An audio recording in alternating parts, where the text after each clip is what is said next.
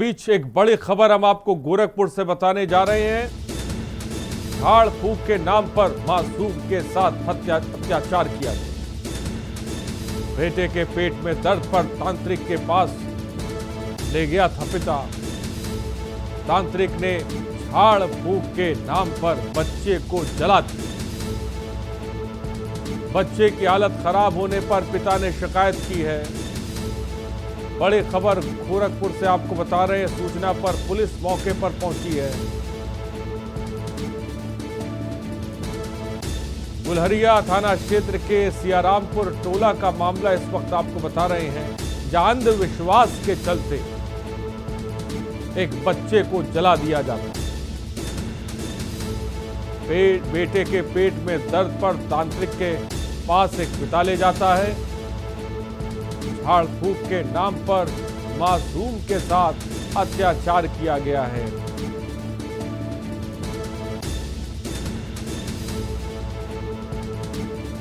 तांत्रिक ने झाड़ फूक के नाम पर बच्चे को जिंदा जला दिया।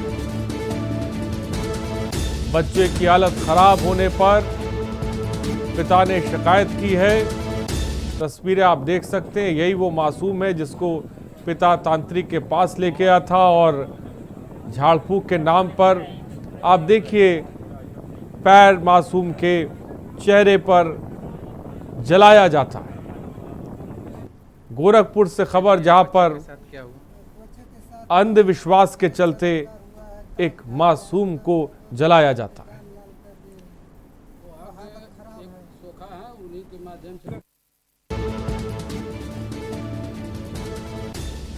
बेटे के पेट में दर्द के पर तांत्रिक के पास पिता लेकर गया था और तांत्रिक ने झाड़ फूक के नाम पर बच्चे को जला दिया। जब हालत बिगड़ी तो पिता ने शिकायत की।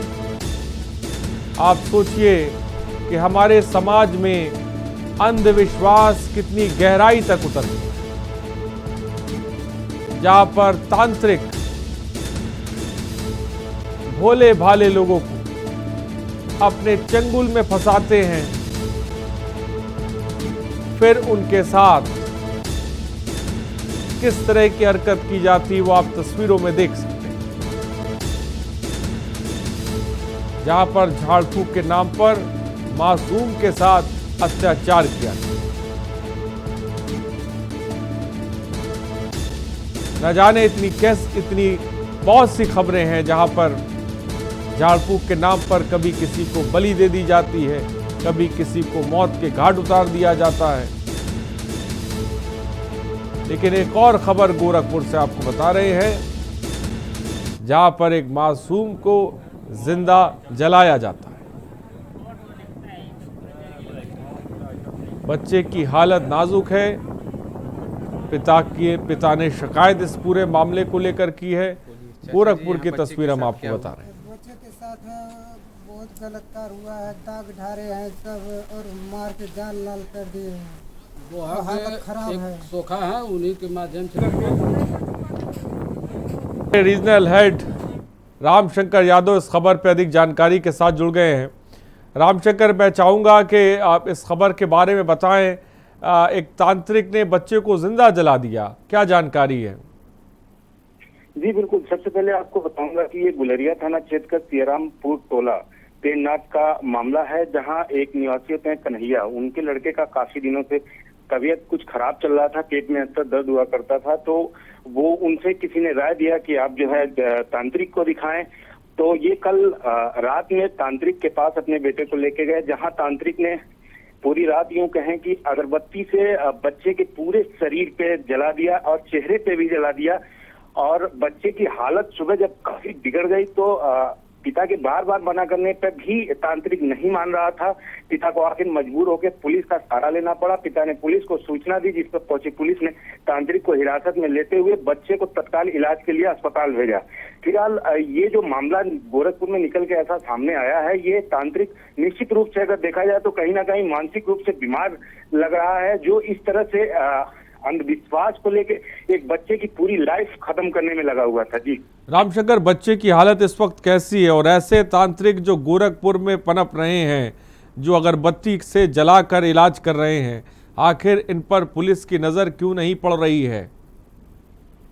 जी बिल्कुल, अभी सबसे पहले बता दें, बच्चे की हालत बहुत ही गंभीर बनी हुई है। बच्चा मेडिकल कॉलेज में, गोरखपुर बीआरडी मेडिकल कॉलेज में भर्ती किया गया था, जहां उसकी हालत बहुत ही गंभीर थी। उसके बाद उसको गोरखनाथ मंदिर में, मंदिर का एक अस्पताल है गोरखनाथ के नाम से, उसमें अभी उसका इलाज चल रहा है और वहां उसकी हालत नाजुक बनी हुई है। और जहां तक बात ऐसे तांत्रिक की जाए तो ऐसे तांत्रिक गोरखपुर में एक नहीं कईयों हैं। ऐसे मामले तमाम प्रकाश में आते हैं, लेकिन फिर भी पुलिस जो है इन पर विशेष तौर से कड़ी कार्रवाई नहीं करती है, जिससे इनका मनोबल बढ़ा होता है और ये लोगों के ठीक है रामशंकर, बहुत बहुत शुक्रिया हमसे जुड़ने के लिए और तमाम जानकारी देने के लिए। तो गोरखपुर की हमने तस्वीर आपको दिखाई। फिलहाल रुकते हैं छोटे से ब्रेक के लिए, हम जल्द हाजिर होंगे सुबह बोलेगा।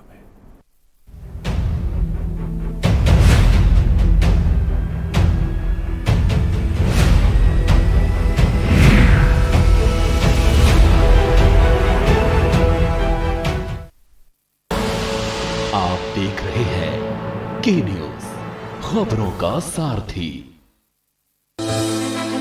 उत्तराखंड में सामान्य, लघु और सीमांत किसानों को आर्थिक रूप से मजबूती देने और उनके जीवन स्तर में सुधार लाने के उद्देश्य से राज्य में शुरू की गई दीनदयाल उपाध्याय सहकारिता किसान कल्याण योजना। योजना के तहत उत्तराखंड सरकार पिछले 4 सालों से किसानों की आय दोगुना करने के उद्देश्य हेतु ऋण उपलब्ध करा रही है। सहकारिता विभाग के माध्यम से योजना के अंतर्गत ग्रामीण क्षेत्र के लघु, सीमांत तथा गरीबी रेखा से नीचे जीवन यापन करने वाले कृषक सदस्यों को वर्तमान में कृषि कार्य हेतु 1 लाख तथा कृषि संबंधित कार्य जैसे जड़ी बूटी उत्पादन, सुगंध पुष्प उत्पादन, दुग्ध व्यवसाय, मत्स्य पालन, मुर्गी पालन, मशरूम उत्पादन, पुष्प उत्पादन, मसाला उत्पादन, औद्यानिकी, कृषि प्रसंस्करण, कृषि यंत्रीकरण, जैविक खेती, बेमौसमी सब्जी उत्पादन, पॉलीहाउस आदि कार्यों हेतु 3 लाख तक एवं स्वयं सहायता समूहों को 5 लाख तक की धनराशि का ब्याज रहित ऋण उपलब्ध कराया जा रहा है। योजना के अंतर्गत पिछले 4 सालों में अब तक लगभग 5 लाख लाभार्थियों एवं 2600 स्वयं सहायता समूहों को 2800 करोड़ का ऋण वितरित किया जा चुका है। वित्तीय वर्ष 2021 से 2022 में इस योजना के तहत जून 2021 तक लगभग 18,000 लाभार्थियों को 118 करोड़ का ब्याज रहित ऋण वितरित किया जा चुका है। उत्तराखंड सरकार के सहकारिता विभाग के सहयोग से संचालित योजनाओं से राज्य में विकास के पहियों की रफ्तार तेज हुई है। संकल्प से सिद्धि, सहकारिता से समृद्धि।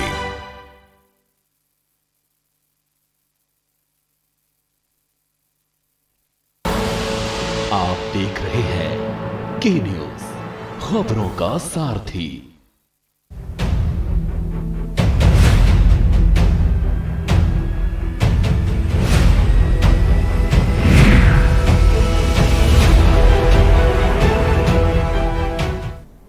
ब्रेक के बाद आपका स्वागत है। असुरक्षित बेटियां, निरंकुश अपराधी, ये हम क्यों कह रहे हैं? तो चलिए आपको एक तस्वीर हम दिखाने जा रहे हैं। एक तरफ हम देश को आगे बढ़ाने की बात करते हैं, बेटी बचाओ की बात करते हैं, और दूसरी तरफ बेटियां अपनी आबरू बचाने की गुहार लगाती हैं, और जब उनकी चीख पुकार कोई जिसे कह सकते इत्तेफाकन सुन भी लेता है तो उसे मौत के घाट उतार दिया जाता है।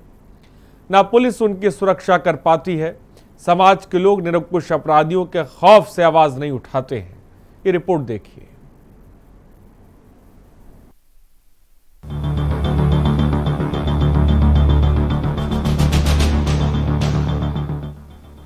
एक रेप पीड़िता जिसकी मदद करने पर युवक को गोली मारकर हत्या कर दी जाती है। शामली के कैराना कोतवाली क्षेत्र में भूरा गांव में बलात्कार के आरोपी रेप पीड़िता का अपहरण करने की कोशिश कर रहे थे। चीख पुकार सुनकर बगल के खेत में काम कर रहे युवक अजय ने जब विरोध किया तो आरोपियों ने उसे गोली मारकर मौत के घाट उतार दिया।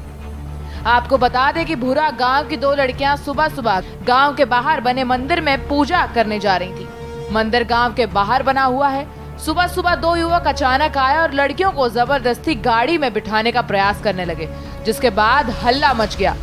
अजय थोड़ी दूर पर अपने खेत पर काम कर रहा था। दौड़कर वहां उसने लड़कियों को छुड़ाने की कोशिश भी की, लेकिन आरोपियों के ऊपर जुनून सवार था। निरंकुश अपराधियों ने अजय की गोली मारकर हत्या कर दी। ये लड़का मार दिया, दो गोली मारी है डायरेक्ट। किसने मारा? एक वो है शुभम नाथी का और एक सन्नी है इसका बिंदर का। क्यों मारा? क्या क्या मामला हुआ? क्या रंजिश थी क्या कोई? हाँ जी, रंजिश चल रही थी। क्या रंजिश एक जीवर की लड़की के साथ उन्होंने बलात्कार भी किया और जेल में भी गए हूँ उसके बारे में। यू इसे भी अम्मा ने करा, मैं तो कार्रवाई ना करा, यूँ कार्रवाई करा था। 376 मामला चल रहा को उसमें कोर्ट में, ये भी 1.5 साल हो गए तो उसमें कुछ हो नहीं रहा। आपको बता दें कि अजय इन 2 लड़कियों का पैरोकार था, जिनमें से एक लड़की का 2 साल पहले रेप किया गया था और गांव वालों के मुताबिक दबी आवाजों में अजय को इस केस का गवाह भी माना जा रहा था।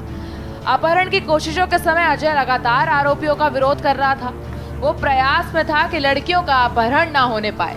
आरोपी जब अजय से पार नहीं पा पाए तो उन्होंने उसे गोली मार दी, जिससे मौके पर ही अजय की मौत हो गई। आपको बता दें कि अपहरणकर्ता और पीड़िता एक ही गांव के रहने वाले हैं। गांव वालों के मुताबिक लड़कियों में से एक का इन दोनों आरोपियों ने 2 साल पहले रेप किया था, जिसका मामला कोर्ट में अभी भी विचाराधीन है। कोर्ट से मामला वापस लेने का दबाव बनाने के लिए आरोपियों ने लड़कियों के अपहरण का प्रयास किया और लगातार उन पर दबाव बनाए और एकमात्र पीड़ित लड़कियों के पैरोकार अजय की निर्मम हत्या कर दी। घटना सुबह 8 बजे के आसपास की है, जब गांव के जंगल में युवक की लाश मिली। सुबह हुए इस जघन्य हत्या के बाद पुलिस बल मौके पर पहुंच गया, जबकि आरोपी फरार हो गए और पुलिस अब अपनी कार्यवाही कर रही है।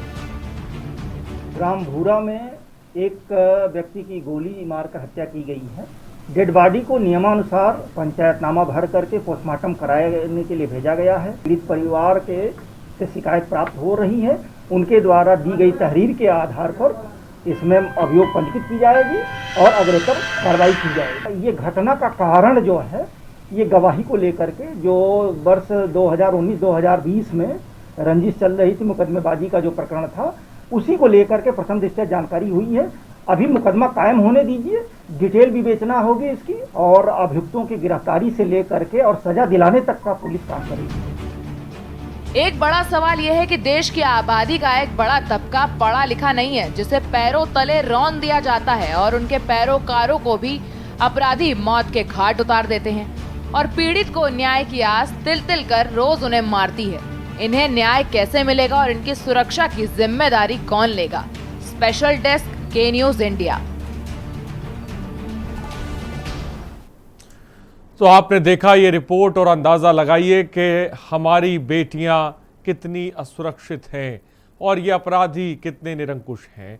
शामली की ये तस्वीर साफ तौर पे गवाही दे रही है, जहां पर 2 साल पहले एक लड़की के साथ रेप की वारदात को अंजाम दिया जाता है।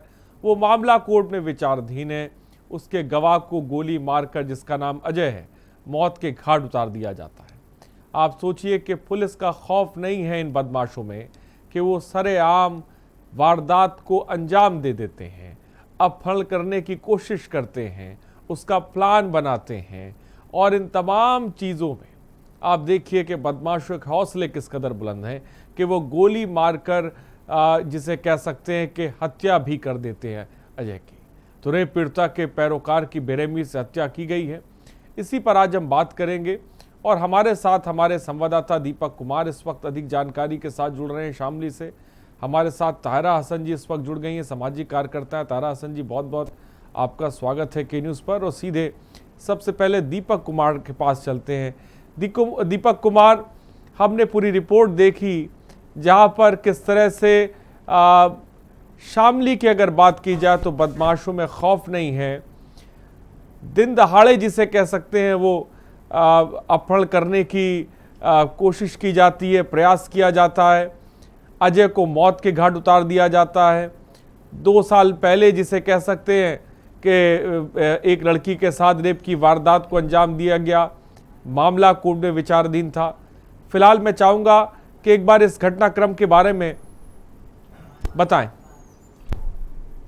जी, आपको बता दें कि ये घटना जो है शामली के किराना थाना क्षेत्र के गांव भूरा की है, जहां पर एक युवक को गोली मारकर मौत के घाट उतार दिया जाता है। आपको बता दें, मामला उस समय का होता है कि जब एक पीड़िता जो होती है, एक महिला जो होती है, वे अपनी बहन के साथ मंदिर से पूजा अर्चना कर अपने घर लौटती है और रास्ते में दो बदमाश उसको पकड़ लेते हैं और उसके साथ में जो है छीना झपटी करते हैं, जिसको लेकर प्रयास किया जाता है कि उसका अपहरण करने का भी प्रयास किया जाता है। वहीं आपको बता, जो मृतक व्यक्ति है अजय, वो उस महिला को बचाने का प्रयास करता है और परंतु क्या होता है, जो बदमाश होते हैं वे उसको वहीं पर मौके पर ही गोली मारकर उसको मौत के घाट उतार देते हैं। वहीं मृतक के परिजनों का कहना है कि जो मृतक है अजय, वो जो महिला है वो 2 साल पहले रेप पीड़िता है और उसकी वे पैरवी कर रहा था, जिसको लेकर उन्होंने उस अजय को मौत के घाट उतार दिया है, जिसको लेकर पुलिस को सूचना मिली। सूचना मिलने के बाद पुलिस ने मौके पर पहुंचकर शव को कब्जे में लिया और उसका पंचनामा भर पोस्टमार्टम के लिए भेज दिया। वहीं मृतक के परिजनों ने बहरहाल थाने में अपना शिकायती पत्र देकर कार्रवाई की मांग की है। ठीक, तो शिकायती पत्र देकर कार्रवाई की मांग की। मैं आऊंगा दीपक आपके पास, फिलहाल सूबा बोलेगा में रुकते एक छोटे से ब्रेक के लिए, हम जल्द हाजिर होंगे।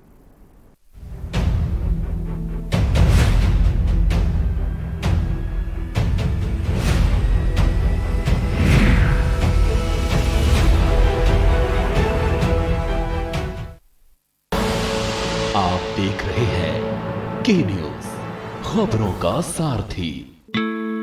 राज्य से पलायन रोकने और कोविड काल में उत्तराखंड लौटे प्रवासियों को स्वरोजगार हेतु आर्थिक सहायता मुहैया कराने के उद्देश्य से उत्तराखंड मुख्यमंत्री स्वरोजगार योजना 2021 की शुरुआत की गई है। राज्य सहकारिता विभाग के सहयोग से इसके अंतर्गत विभिन्न तरह की योजनाओं का संचालन हो रहा है। मुख्यमंत्री ई रिक्शा कल्याण योजना के अंतर्गत सहकारी बैंकों द्वारा बेरोजगार युवाओं को ई रिक्शा खरीदने हेतु ऋण उपलब्ध कराया जा रहा है। राज्य में अब तक कुल 2691 लाभार्थियों को लगभग 29 करोड़ का ऋण वितरित किया गया है। इससे कोविड काल में हम लोग को एक व्यवसाय मिला और हम लोग रिक्शा चला रहे हो, आमदनी बढ़ रही है इससे। इसी तरह मोटरसाइकिल टैक्सी योजना के अंतर्गत पर्वतीय क्षेत्र के युवाओं को पर्यटकों को परिवहन सेवा उपलब्ध कराने हेतु सहकारी बैंकों के माध्यम से वाहन खरीदने के लिए 60,000 से 1,25,000 तक का 2 वर्ष तक ब्याज मुक्त ऋण उपलब्ध कराया जा रहा है। मुख्यमंत्री सौर ऊर्जा स्वरोजगार योजना के तहत युवाओं को कृषि के अयोग्य भूमि पर सौर ऊर्जा प्लांट लगाकर आजीविका के अवसर दिए जा रहे हैं। इसमें 10,000 युवाओं के स्वरोजगार का लक्ष्य निर्धारित किया गया है। इसके अलावा मुख्यमंत्री स्वरोजगार योजना के अंतर्गत ऋण लेकर युवा दुकान खोलने से मुर्गी पालन, पशुपालन, डेयरी उद्योग भी शुरू कर सकते हैं। साथ ही ऋण लेकर 25 लाख तक के मैन्युफैक्चरिंग और 10 लाख तक सर्विस सेक्टर के उद्योग भी लगा सकते हैं। इनमें 15 से 25% तक सब्सिडी भी दी जा रही है। आत्मनिर्भर उत्तराखंड, आत्मनिर्भर भारत। संकल्प से सिद्धि, सहकारिता से समृद्धि।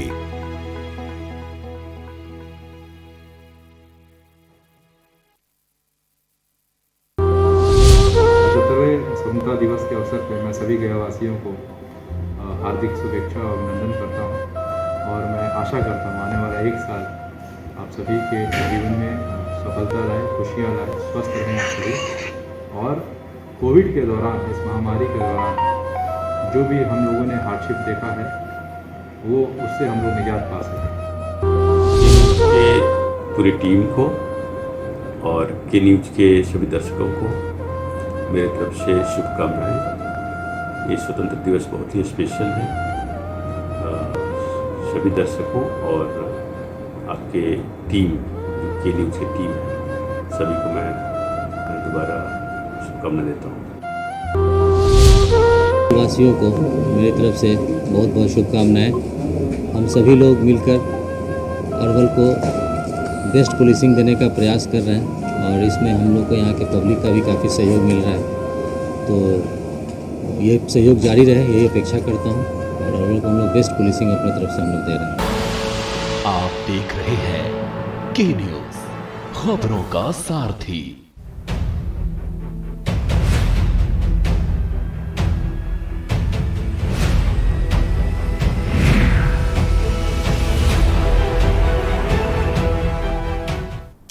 ब्रेक के बाद आपका स्वागत है। सूबा बोलेगा में नंबर्स लगातार फ्लैश हो रहे हैं।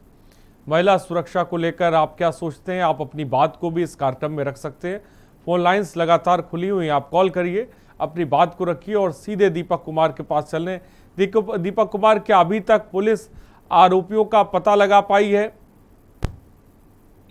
बात अगर पुलिस की जाए, अभी तक आरोपियों का पुलिस का पता नहीं लगा पाई है, परंतु पुलिस जल्द ही आरोपियों को पकड़ने का दावा कर रही है और पुलिस यहाँ तक कह रही है कि आरोपियों को पकड़कर उनको सजा दिलाने तक का काम पुलिस करेगी। आपको बता दें, पीड़ित परिजन इस समय थाने में हैं, तो वहीं मृतक के दीपक कुमार, वारदात को हुए कितने घंटे अब तक बीत चुके हैं?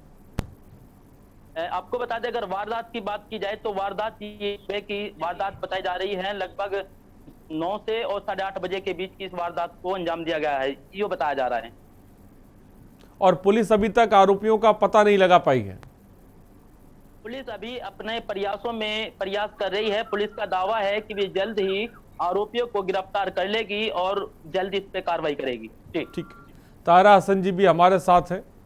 तायरा हसन जी, शाबली की जो तस्वीर है और महिला सुरक्षा को लेकर, महिला अधिकारों को लेकर आप हमेशा से अपनी आवाज़ बुलंद करती रही हैं, लगातार सूबा बोलेगा के कार्यक्रम में भी आती रही हैं। फिलहाल आज की जो तस्वीर है, इसको लेकर आप क्या कहेंगी? ये देखिए, बहुत दुखद और शर्मनाक घटना है और मैं बार बार ये कह रही हूँ कि निर्भया के बाद हमारे पास एक मजबूत कानून बना है, उसको इम्प्लीमेंट प्रॉपरली होना चाहिए। कानून इम्प्लीमेंट होता हुआ दिखे, तभी ये खौफ और डर पैदा होगा इन दरिंदों में। आखिर डर क्यों नहीं है? बच्चियां खुले मतलब इस आजाद अब हमारे मुल्क में जो संविधान से चलता है, जो सबसे बड़ा लोकतंत्र है दुनिया का, उसमें अगर बच्चियां पूजा करने जा रही हैं तो क्या वो दिन के उजाले में पूजा करने भी नहीं जा सकती? और जिस तरह से दरिंदे बैठे हुए हैं और महिलाओं को कॉमोडिटी समझ रहे हैं, एक भोग की वस्तु समझ रहे हैं, और अगर कोई संवेदनशील व्यक्ति समाज का, क्योंकि कोई भी समाज तभी संवेदनशील कहा जाता है और सब भी कहा जाता है जब उसमें महिलाओं की क्या पोजीशन है देखी जाती है। अगर कोई व्यक्ति जैसे अजय जैसे व्यक्ति सामने आए और बचाने की कोशिश की तो उसको गोली मार दी गई, जिससे कि कोई विटनेस ना रहे। इसीलिए हम बार बार कहते हैं कि जब कोई इस तरह की वारदात हो, हीनियस क्राइम हो, तो फास्ट ट्रैक कोर्ट से जल्द उसका निस्तारण हो और सारे एविडेंसेस जल्दी कलेक्ट किए जाए, जिससे विटनेस हॉस्टाइल ना हो। लेकिन यहाँ हॉस्टाइल तो छोड़िए, यहाँ तो उन्होंने मौका ही नहीं दिया। जो आदमी मदद करने आया उसको तुरंत ही उन्होंने गोली मार दी। कि इसका मतलब है कि उसने पहचान लिया होगा उन लोगों को। तो जाहिर है, मुझे लगता है कि पुलिस को अब तेजी के साथ अपनी कार्रवाई को अंजाम तक लाना चाहिए। महिलाओं की अस्मिता रौंदी जाए बार बार दरिंदे सबसे बड़े प्रदेश में जो राजनीति की दशा और दिशा को भी तय करता है, अगर वहां महिलाएं सुरक्षित नहीं है तो यह हम सब के लिए बड़ी शर्मनाक बात है और हमारी बच्चियों, हमारी बेटियों के लिए शर्मनाक बात है। कैसे बिटिया पढ़ेगी, आगे बढ़ेगी जब उसके निकलना बाहर मुश्किल है? वो कैसे कॉलेज स्कूल जाएगी? जगह जगह इस तरह के दरिंदे बैठे हुए हैं जो महिलाओं पे घात लगाए हुए हैं, जो लड़कियों को, महिलाओं को भोग की वस्तु समझते हैं, इस्तेमाल करो, फेंक दो, डंप कर दो। तो जाहिर है ये मानसिकता बदलने के लिए जो कानून बने हैं, सिर्फ मानसिकता बदलने का हम इंतजार नहीं कर सकते। हमारे पास ठोस मजबूत कानून है, वो कानून इम्प्लीमेंट होने और इम्प्लीमेंट होते दिखने चाहिए। ऐसे दंडित किया जाना चाहिए जल्द से जल्द, जिससे एक नजीर बने, एक प्रेसिडेंट सेट हो, दूसरे लोग डरे। वरना इस तरह के दरिंदे निकल जाएंगे। मैं आऊंगा तायरा हसन जी। कैलाश झांसी से इस बीच एक दर्शक हमारे साथ है, मैं चाहूंगा कि उनकी प्रतिक्रिया भी आ जाए। कैलाश जी अपनी बात को रखें। भाई साहब, हमारा ये कहने का तात्पर्य ये है कि अपराधियों के उत्तर प्रदेश में हौसले इतने बुलंद हैं कि 2 साल किसी बेटी के साथ में 2 साल पहले बलात्कार हो जाता है, गवाह को गोली मार दी जाती है और पुलिस कहती है कि इन्वेस्टिगेशन चल रही है, जबकि अपराधियों के उत्तर प्रदेश में हौसले बहुत बुलंद हैं। पुलिस क्या कर रही है? 6/12/20 में हमारे भतीजे की बरुआ सागर जिला झांसी में हत्या हो जाती है। आज तक हत्यारे फरार है। 2 कप्तान साहब बदल चुके। मानवर हमने आपसे पहले भी ये जिक्र किया था, लेकिन पुलिस का रवैया उत्तर प्रदेश में बहुत खराब है श्रीमान जी, इसलिए अपराधियों के हौसले बुलंद हैं। ठीक है कैलाश जी, बहुत बहुत शुक्रिया। पुलिस क्या कह रही है, ये सवाल कैलाश जी पूछ रहे हैं हमारे साथ। एक और दर्शक इस वक्त जैन मेरठ से जुड़ गए हैं, अपनी बात को रखें। नमस्कार साहब जी नमस्कार, बोलिए क्या कहना चाहेंगे आप?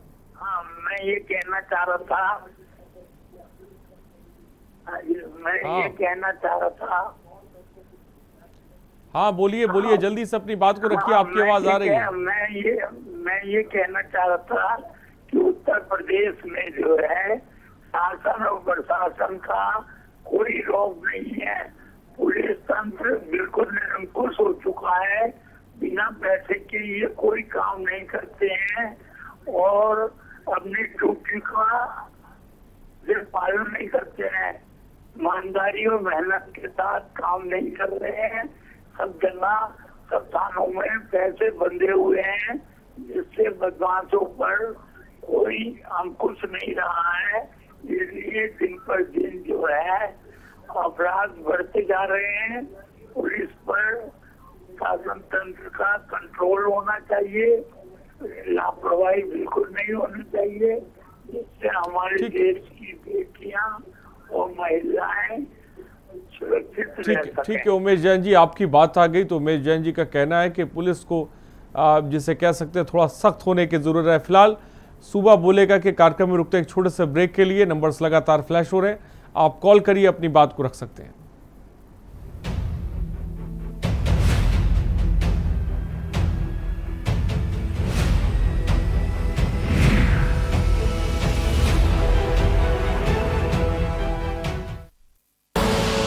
आप देख रहे हैं के न्यूज, खबरों का सारथी।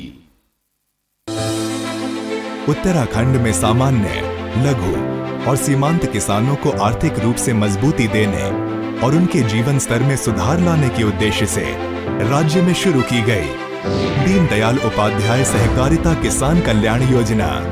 योजना के तहत उत्तराखंड सरकार पिछले 4 सालों से किसानों की आय दोगुना करने के उद्देश्य हेतु ऋण उपलब्ध करा रही है। सहकारिता विभाग के माध्यम से योजना के अंतर्गत ग्रामीण क्षेत्र के लघु, सीमांत तथा गरीबी रेखा से नीचे जीवन यापन करने वाले कृषक सदस्यों को वर्तमान में कृषि कार्य हेतु 1 लाख तथा कृषि संबंधित कार्य जैसे जड़ी बूटी उत्पादन, सुगंध पुष्प उत्पादन, दुग्ध व्यवसाय, मत्स्य पालन, मुर्गी पालन, मशरूम उत्पादन, पुष्प उत्पादन, मसाला उत्पादन, औद्यानिकी, कृषि प्रसंस्करण, कृषि यंत्रीकरण, जैविक खेती, बेमौसमी सब्जी उत्पादन, पॉली हाउस आदि कार्यों हेतु 3 लाख तक एवं स्वयं सहायता समूहों को 5 लाख तक की धनराशि का ब्याज रहित ऋण उपलब्ध कराया जा रहा है। योजना के अंतर्गत पिछले 4 सालों में अब तक लगभग 5 लाख लाभार्थियों एवं 2600 स्वयं सहायता समूहों को 2800 करोड़ का ऋण वितरित किया जा चुका है। वित्तीय वर्ष 2021 से 2022 में इस योजना के तहत जून 2021 तक लगभग 18,000 लाभार्थियों को 118 करोड़ का ब्याज रहित ऋण वितरित किया जा चुका है। उत्तराखंड सरकार के सहकारिता विभाग के सहयोग से संचालित योजनाओं से राज्य में विकास के पहियों की रफ्तार तेज हुई है। संकल्प से सिद्धि, सहकारिता से समृद्धि।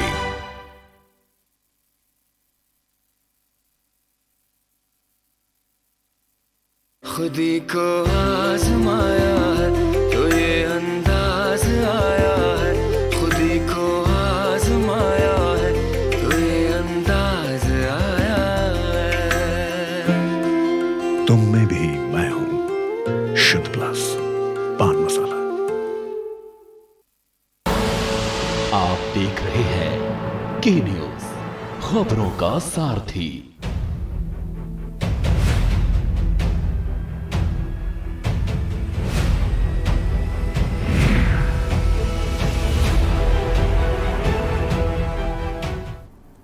तो ब्रेक के बाद आपका स्वागत है। सुबह बोलेगा में शामली की तस्वीर बता रही हैं कि बेटियां सुरक्षित हैं। हम तमाम दावे सरकारें और पुलिस प्रशासन करता है, लेकिन उसके बावजूद भी ज़मीनी हकीकत जिसे कह सकते बदल नहीं रही है। बदमाशों के अंदर खौफ नहीं है, डर नहीं है, वो वारदात को अंजाम दे रहे हैं। हमारे साथ तायरा संजी भी जुड़े हुए हैं, हमारे साथ दीपक कुमार, हमारे संवाददाता ग्राउंड जीरो से इस वक्त हमारे साथ हैं और इस खास डिबेट में आप भी हमारे साथ जुड़ सकते हैं। नंबर्स लगातार फ्लैश हो रहे हैं, आप कॉल भी कर सकते हैं और एनसीआरबी का डेटा लगातार ग्राफिक्स के ज़रिए भी हम आपको दिखा रहे हैं कि आखिर जो रेप के मामले हैं उत्तर प्रदेश में वो किस तरह से बढ़ रहे हैं। हमने महिला हेल्प डेस्क बनाई है, हम डायल 112 की बात करते हैं, वुमेन हेल्पलाइन आप जानते हैं कि बंद पड़ी है, उसके बावजूद भी हम देख रहे हैं कि जो वारदातें हैं वो कम नहीं हो रही हैं। दीपक कुमार के पास चलते हैं। दीपक कुमार, गांव वालों से आपकी बात हुई होगी, उनका क्या कुछ कहना है और ख़ासकर जिसको गोली मारी गई है अजय को, उनके परिवार वालों का क्या खास कुछ कहना है, बताएं। जी, आपको बता दें, गांव वालों का कहना है कि जो ये घटना घटी है बड़ी शर्मनाक घटना है। वहीं अगर उनके मृतक के परिजन की बात की जाए तो उनके पिता का कहना है कि जो पीड़िता है, जो लड़की है, उसके परिजन उनके यहाँ पर मेहनत मजदूरी का कार्य करते थे, उनके खेत मर, और वे यहाँ पर जो मेहनत मजदूरी का कार्य करते थे वे बड़े गरीब परिवार के है और उनके साथ में जब यह घटना 2 साल पहले घटी थी तो जिसको लेकर उसी जो लड़का गुजरा है अजय कुमार, उस लड़की की पैरवी कर रहा था, जिसको लेकर उनमें पहले भी कई तरह की बात सामने आई थी चीज को लेकर। और उस पैरवी को लेकर ही जब वो लड़की मंदिर से आ रही थी तो तभी उसी लड़के को जो अजय जो मरा है उसको सूचना मिली कि इस चीज को लेकर किस तरह की कोई घटना वहां पर घट रही है। तभी वे वहां पर उस लड़की की जान बचाने के लिए और पहुंचा था, जिसको लेकर फिर वहां पर जो 2 बदमाश खड़े थे उन बदमाशों ने किसी भी तरह की कोई बात को ना देखते हुए उसको गोली मारकर वहां मौके पर ही उसकी हत्या कर दी। जी, तो ताहिरा हसन जी, आपने दीपक कुमार को सुना, पूरी वारदात के बारे में बताया। मेरा सवाल ताहिरा हसन जी ये है, हम महिला हेल्प डेस्क की बात करती है सरकार, प्रशासन डायल 100 डायल 112 की बात करता है कि भाई हमने उसको दुरुस्त कर रखा है, वुमेन हेल्पलाइन की हालत जानती हैं, फिलहाल वो बंद पड़ी है, लेकिन ये पूरा सिस्टम मिलकर, तमाम चीज़ें मिलकर भी हम देखते हैं कि महिलाओं पर होने वाले अत्याचार को, महिलाओं से हो रहे बलात्कार को नहीं रोक पा रही। देखिए, मैंने इससे पहले भी कहा था कि इसके लिए एक पॉलिटिकल विल होनी चाहिए। निर्भया के बाद मजबूत कानून बने, निर्भया फंड एलोकेट हुआ कि उसको इस्तेमाल किया जाए महिलाओं की अस्मिता को बचाने के लिए, उन्हें आजाद बेखौफ जिंदगी देने के लिए, इस सबसे बड़े लोकतंत्र में जो कि जिम्मेदारी है वेलफेयर स्टेट की। लेकिन आप देखिए, यहाँ पर वन स्टॉप सेंटर की बात थी कि जहाँ पर हमारी महिला जाएंगी एक ही जगह पे मेडिकल लीगल हेल्प भी मिलेगी, वो सब चीज फंक्शनिंग नहीं। मैंने कहा ना, इम्प्लीमेंटेशन होना चाहिए। कानून बहुत मजबूत है, जस्टिस वर्मा कमेटी गठित होने के बाद महिलाओं के लिए मजबूत कानून आ चुके हैं। अब इससे ज्यादा मजबूत कानून की जरूरत नहीं है, इम्प्लीमेंटेशन की जरूरत है कि उसको इम्प्लीमेंट किया जाए। फास्ट ट्रैक कोर्ट की बात थी कि तमाम केसेस अगर फास्ट ट्रैक कोर्ट से किए जाए और लोग दंडित किए जाए, कन्विक्शन रेट घटाए, जो कन्विक्शन रेट बढ़े, लोग दंडित किए जाए तो उनमें डर पैदा होगा, हिम्मत नहीं होगी। यहाँ कानून का डर नहीं है। आपको लगता है ताहिरा हसन जी, आपने पॉलिटिकल विल की बात करी, मौजूदा वक्त में सरकार में वो इच्छा शक्ति आपको नजर आ रही है? नहीं, देखिए, इच्छा शक्ति तो पहली सरकारों में भी नजर नहीं आई उस तरह से। पहली सरकारों में भी हम लोग वीमेन एक्टिविस्ट इसी तरह से कहते थे कि महिलाओं के साथ हिंसा बढ़ी है, इस समय भी बढ़ी है, हिंसा पे रोक नहीं लग रही। मैंने कहा ना कि पेट्रार्की जो डीप रूटेड है, वहां अगर महिला का बलात्कार होता है तो उसी का कैरेक्टर असैसिनेशन होने लगता है, उसी को जिम्मेदार ठहराया जाने लगता है, उसी के लाइफ स्टाइल को, उसी के खान पान को, उसी के ड्रेस कोड को। क्योंकि यहाँ 5 साल 6 साल की बच्चियों का बलात्कार भी हो रहा है, घूंघट में महिलाओं का बलात्कार हो रहा है, खेतों में काम करने वाली महिलाओं का बलात्कार हो रहा है, तो कौन सा ड्रेस कोड होगा? तो मैंने कहा ना, ये माइंड सेट है कि महिलाओं को भोग की वस्तु समझने, इस माइंड सेट को, इस सोच को तोड़ना होगा कानून के द्वारा।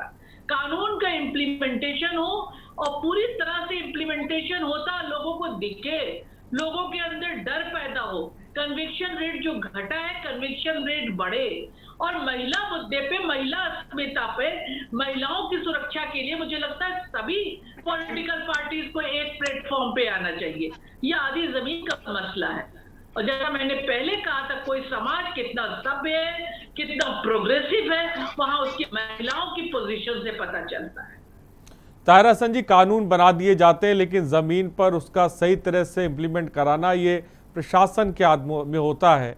मौजूदा वक्त में क्या आपको लगता है कि प्रशासन वो सही तरह से काम नहीं कर रहा है? तमाम दावे, तमाम बातें एक तरफ डीजीपी महोदय कह रहे हैं, लेकिन दूसरी तरफ क्या ज़मीनी हकीकत को आप किस तरह से देख रही हैं?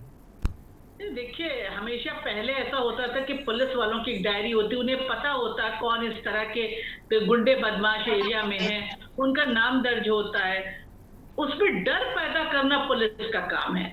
अगर उस एरिया में गुंडागर्दी बढ़ रही है, महिलाओं के प्रति हिंसा बढ़ रही है, उनकी अस्मिता पे प्रहार हो रहा है, तो नेचुरली अकाउंटेबिलिटी फिक्स होनी चाहिए। जब अकाउंटेबिलिटी फिक्स होगी तभी लोगों में डर पैदा होगा। उनका इम्प्लीमेंटेशन प्रशासन के हाथ में है, प्रशासन को प्रॉपरली करना है।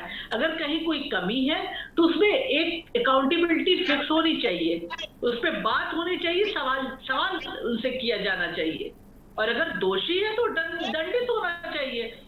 जब इस तरह से कार्रवाइयां होंगी तभी मैंने कहा ना, तब डर पैदा होगा, प्रशासन भी चुस्त दुरुस्त होगा, और ऊपर के ऑफिसर्स जो है नीचे के ऑफिसर्स के साथ एक तालमेल रखेंगे, और तभी इस तरह से जो दरिंदे हैं इन पे पकड़ और जकड़ मजबूत की जा सकती है।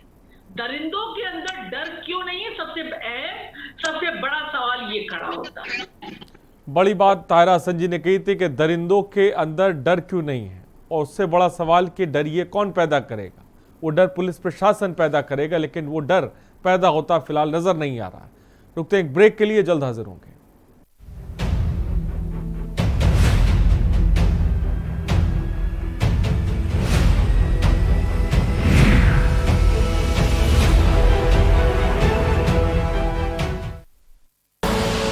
आप देख रहे हैं के न्यूज, खबरों का सारथी। राज्य से पलायन रोकने और कोविड काल में उत्तराखंड लौटे प्रवासियों को स्वरोजगार हेतु आर्थिक सहायता मुहैया कराने के उद्देश्य से उत्तराखंड मुख्यमंत्री स्वरोजगार योजना 2021 की शुरुआत की गई है। राज्य सहकारिता विभाग के सहयोग से इसके अंतर्गत विभिन्न तरह की योजनाओं का संचालन हो रहा है। मुख्यमंत्री ई रिक्शा कल्याण योजना के अंतर्गत सहकारी बैंकों द्वारा बेरोजगार युवाओं को ई रिक्शा खरीदने हेतु ऋण उपलब्ध कराया जा रहा है। राज्य में अब तक कुल 2691 लाभार्थियों को लगभग 29 करोड़ का ऋण वितरित किया गया है। इससे कोविड काल में हम लोग को एक व्यवसाय मिला और हम लोग रिक्शा चला रहे हो, आमदनी बढ़ रही है इससे। इसी तरह मोटरसाइकिल टैक्सी योजना के अंतर्गत पर्वतीय क्षेत्र के युवाओं को पर्यटकों को परिवहन सेवा उपलब्ध कराने हेतु सहकारी बैंकों के माध्यम से वाहन खरीदने के लिए 60,000 से 1,25,000 तक का 2 वर्ष तक ब्याज मुक्त ऋण उपलब्ध कराया जा रहा है। मुख्यमंत्री सौर ऊर्जा स्वरोजगार योजना के तहत युवाओं को कृषि के अयोग्य भूमि पर सौर ऊर्जा प्लांट लगाकर आजीविका के अवसर दिए जा रहे हैं। इसमें 10,000 युवाओं के स्वरोजगार का लक्ष्य निर्धारित किया गया है।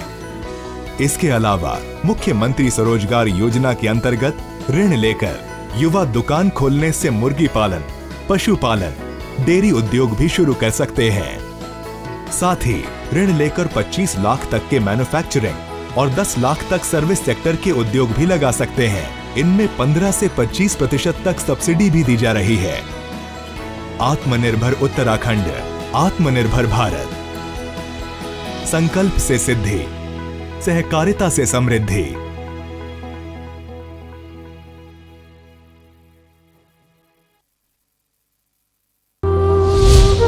समस्त ताजपुर नगर परिषद वासियों एवं देशवासियों को स्वतंत्रता दिवस यानी 15 अगस्त एवं भाई बहन का प्यार, रक्षाबंधन की ढेर सारी शुभकामनाएं एवं दीपक फैंसी ज्वेलर्स ताजपुर समस्तीपुर की ओर से ढेर सारी शुभकामनाएं।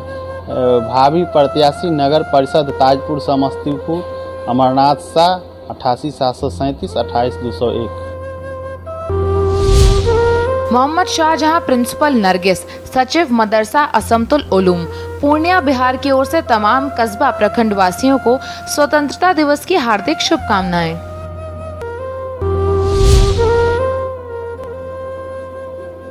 Ocean hospital bus stand Khagaria की ओर से समस्त देश व प्रदेशवासियों को स्वतंत्रता दिवस की हार्दिक शुभकामनाएं।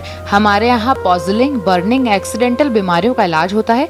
यहाँ सभी प्रकार के ऑपरेशन होते हैं। ICU, NICU, SICU, PICU, OPD, OT उपलब्ध।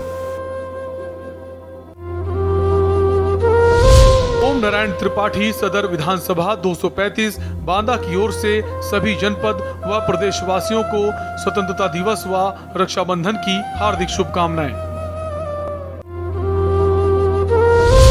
शेखर शर्मा जिला सचिव समाजवादी पार्टी बांदा सदर विधानसभा की तरफ से सभी जनपद व प्रदेशवासियों को स्वतंत्रता दिवस व रक्षाबंधन और जन्माष्टमी की शुभकामनाएं। स्वर्ण सिंह सोनू ब्लॉक प्रमुख बड़ोखर बांदा की तरफ से समस्त जनपद वासियों व प्रदेशवासियों को स्वतंत्रता दिवस की हार्दिक शुभकामनाएं। राजेश दीक्षित कांग्रेस प्रत्याशी सदर विधानसभा बांदा की तरफ से सभी जनपद व प्रदेशवासियों को स्वतंत्रता दिवस व रक्षाबंधन और जन्माष्टमी की शुभकामनाएं। स्वतंत्रता दिवस की 75वीं वर्षगांठ पर जिला पंचायत परिवार बांदा की ओर से जनपद के सभी जनप्रतिनिधियों एवं सम्मानित सभी जनपद वासियों को स्वतंत्रता दिवस, जन्माष्टमी, रक्षाबंधन की हृदय से बहुत बहुत शुभकामनाएं, बधाई। समाजवादी पार्टी जनपद बांदा की ओर से स्वतंत्रता दिवस, रक्षाबंधन, कृष्ण जन्माष्टमी की हार्दिक शुभकामनाएं। सभी जनपद वासियों से आग्रह है इन त्योहारों को मिलजुल कर भाईचारे के साथ मनावें। पालिका परिषद बांदा की ओर से समस्त नगर वासियों को, जनपद वासियों को, प्रदेश वासियों को एवं देशवासियों को स्वतंत्रता दिवस की बहुत बहुत शुभकामनाएं, बधाइयाँ। शहर वासियों से नगर पालिका की ओर से हम प्रार्थना करते हैं कि कृपया झाड़ू लगने के बाद रोडों में कचरा न फेंकें। डोर टू डोर कूड़ा कलेक्शन करने वाली गाड़ी आपके दरवाजे सुबह सनी भैया की आवाज में गाना गाते हुए आती है और अपील करती है कि कृपया घर का कचरा निकाल कर के गाड़ी। आप देख रहे हैं के न्यूज, खबरों का सारथी।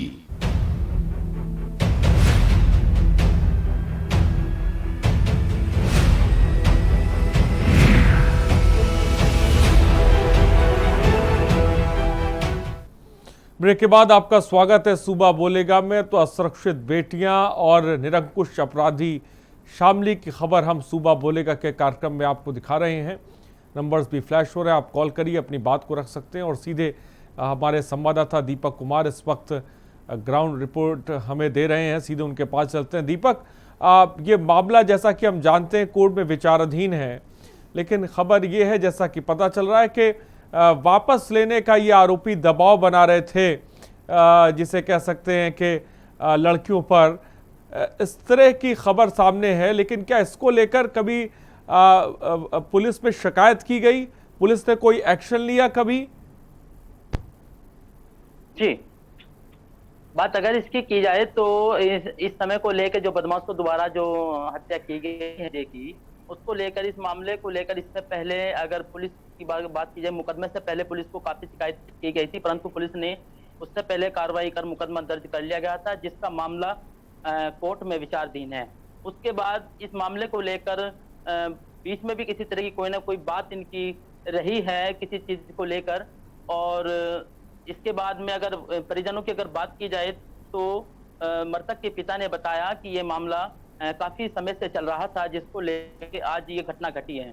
वहीं मृतक के पिता ने ये भी बोला है कि जो उसके पिता है मृतक के, उसने ये भी बोला है कि ये मामला बहुत काफी पहले से चल रहा था और उनका लड़का जो है उस पीड़िता की पैरवी कर रहा था, जो मृतक है अजय।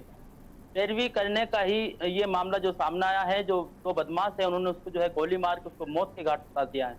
जी दीपक, इस पूरे मामले पर जैसा कि लगातार हम साफ तौर पे बने हुए हैं, दीपक भी हमारे साथ जुड़े हुए हैं। फिलहाल यहाँ पे रुकते एक छोटे से ब्रेक के लिए, हम जल्द हाजिर होंगे।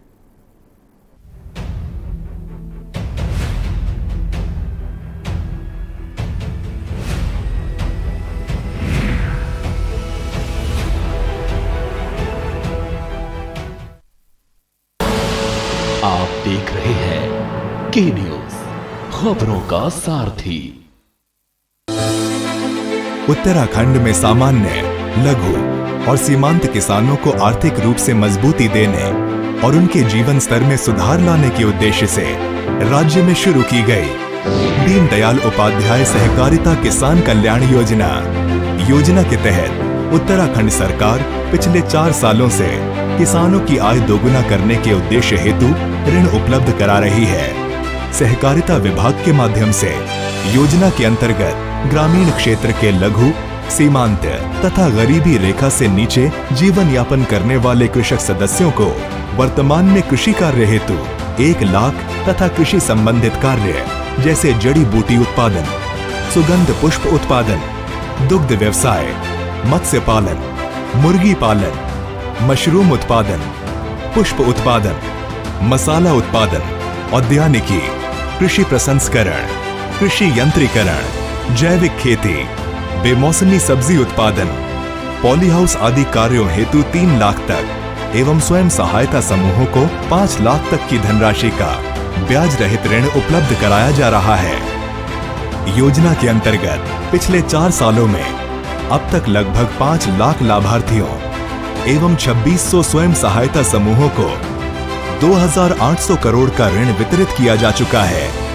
वित्तीय वर्ष 2021 से 2022 में इस योजना के तहत जून 2021 तक लगभग 18,000 लाभार्थियों को 118 करोड़ का ब्याज रहित ऋण वितरित किया जा चुका है। उत्तराखंड सरकार के सहकारिता विभाग के सहयोग से संचालित योजनाओं से राज्य में विकास के पहियों की रफ्तार तेज हुई है। संकल्प से सिद्धि, सहकारिता से समृद्धि।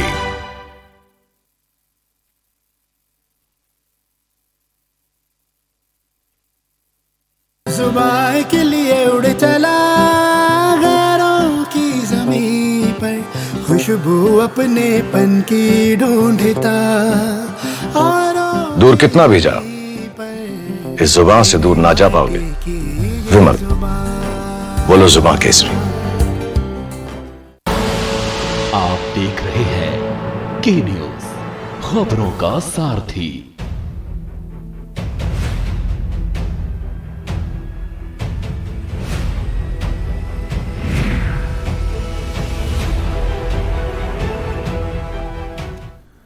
ब्रेक के बाद आपका स्वागत है सूबा बोलेगा के कार्यक्रम में। हम बात कर रहे हैं असुरक्षित बेटियां और निरंकुश अपराधी। जिस तरह से शामली की एक तस्वीर निकल के सामने आ रही है। हमारे साथ गेस्ट भी जुड़ रहे हैं, हमारे संवाददाता भी जुड़े हुए हैं और ताहिरा हसन भी हमारे साथ है। लेकिन इस बीच एनसीआरबी के मैं आंकड़ा भी आपको बताना चाहता हूँ कि देश की कुल महिलाओं के साथ किए गए अपराध का लगभग 15 से 18%, यानी कि अगर हम बात करें तो उत्तर प्रदेश में महिलाओं पर अपराध है। 2017 में महिलाओं के खिलाफ अपराध के कुल 5,611 मामले दर्ज किए गए थे। ये बहुत ज़रूरी है, आप अंदाज़ा लगाइए। 2019 में देश के कुल 32,033 मामले दर्ज, जिनमें 11% पीड़ित दलित समुदाय के थे। साल 2020 में एनसीआरबी के डेटे के अनुसार उत्तर प्रदेश में 2 घंटे में 1 रेप का मामला रिपोर्ट किया जाता है, हर 2 घंटे में। जिसका अर्थ यह है कि हर रोज़ महिलाओं के खिलाफ हो रहे अपराध के मामले 162 रिपोर्टें दर्ज की जाती हैं हर रोज़। अगर महिलाओं की बात करें तो ये एनसीआरबी का डेटा है। आप सोचिए कि उत्तर प्रदेश में हर घंटे में, जिसे कह सकते हैं कि रिपोर्ट महिला अपराध को लेकर दर्ज की जाती है, हर रोज़ 162 रिपोर्टें जिसे कह सकते हैं वो दर्ज की जाती हैं। ताहिरा हसन जी, एनसीआरबी का डेटा जिसे कह सकते हैं कि हम दर्शकों को दिखा रहे हैं, और आप अंदाज़ा लगाइए उत्तर प्रदेश में हर 2 घंटे में जिसे कह सकते हैं रेप की वारदात को अंजाम दिया जा रहा है। ये तस्वीर है। आपने कहा कि डर बनाने की ज़रूरत है, पुलिस प्रशासन का डर होना चाहिए बदमाशों पे, आरोपियों पे। मैं आपसे समझना चाहता हूँ कि इसमें मानसिकता बदलने की भी ज़्यादा ज़रूरत है या डर बनाने की भी ज़्यादा ज़रूरत है? क्या चीज़ ज़्यादा बहुत ज़रूरी है? देखिए, जो आपने बताया एनसीआरबी का डेटा, 2 घंटे में 1 बलात्कार, ये दर्ज हुए मामले हैं। जहां महिलाएं गई, उन्होंने उनका मामला, उनका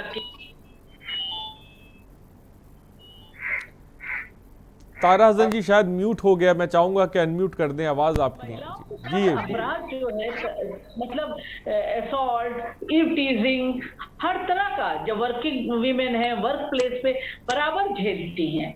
माइंडसेट बदलने की किसी को इसमें कोई खिलाफ नहीं है, माइंडसेट बदला जाना चाहिए, इसके कैंपेन चलाने चाहिए, नुक्कड़ नाटकों द्वारा एक मैसेज ले जाना चाहिए, सेंसिटाइजेशन प्रोग्राम चलाने चाहिए, लेकिन इसका इंतजार नहीं किया जाएगा कि हमारी महिलाओं की अस्मिता रौंदी जाती रहे, हमसे वेट करते रहे कि इनका माइंडसेट बदले। माइंडसेट बदलने का इंतजार इतना लंबा नहीं किया जा सकता। हमारे पास कानून है। मैं फिर कहूंगी, निर्भया के बाद जस्टिस वर्मा कमेटी का गठन हुआ और उस गठन होने के बाद एक मजबूत कानून महिलाओं के हाथ में आया है।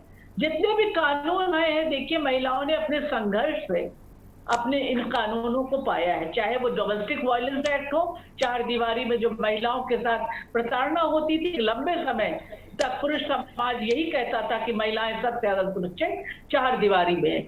2005 में ये संसद में हमने अपने सांसदों को मानने पर मजबूर किया कि उन्होंने माना कि महिलाओं के साथ प्रताड़ना होती चार दीवारी में, और कानून बना, ऐसे बहुत से कानून बने। अब ये कानूनों का इम्प्लीमेंटेशन होना चाहिए, जिसे मैं फिर दोहराऊंगी, और होते हुए दिखना चाहिए। कन्विक्शन रेट बढ़ना चाहिए ऐसे लोगों के खिलाफ जो महिलाओं के साथ हिंसा करते हैं और उसके बाद सोचते हैं कि हिंसा करके महिला को कॉमोडिटी समझ के हम निकल जाएंगे, महिला भोग की वस्तु समझते हैं। उनके खिलाफ सख्त से सख्त एक्शन होना चाहिए, जो कानून है उनका इम्प्लीमेंटेशन होना चाहिए, कन्विक्शन रेट बढ़ना चाहिए, ऐसे लोगों को दंड मिले। जब ये कन्विक्शन रेट 100% हो जाएगा तो मैं पूरी यकीन के साथ कहती हूँ लोगों में डर पैदा होगा। कानून का डर पैदा करना है। Sensitization program, gender sensitization program police में भी चलाने हों, सेंसिटिव करना होगा लोगों को, और कानून का इम्प्लीमेंटेशन मजबूती से किया जाए, कन्विक्शन रेट बढ़ाया जाए। महिलाओं के प्रति होने वाली किसी भी हिंसा को फास्ट ट्रैक कोर्ट द्वारा जल्दी से जल्द केसेस का निस्तारण हो और दरिद्रों की सजा मिले, तभी इसको रोका जा सकता। अगर कहीं कोई कमी बेशी आती है, अकाउंटेबिलिटी फिक्स हो।